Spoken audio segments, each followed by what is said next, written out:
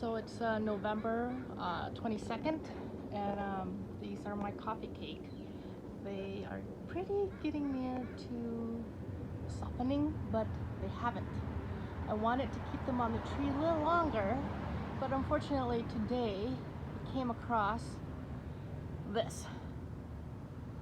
So it looks like, hold on, let me bring it down for you.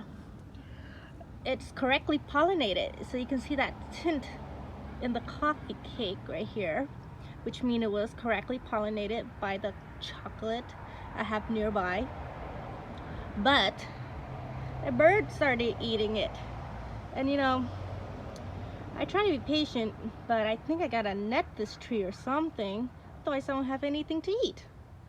I'll do a review on it once it ripens inside the house, but for now looks like this is as long as I can wait for it to be on the tree.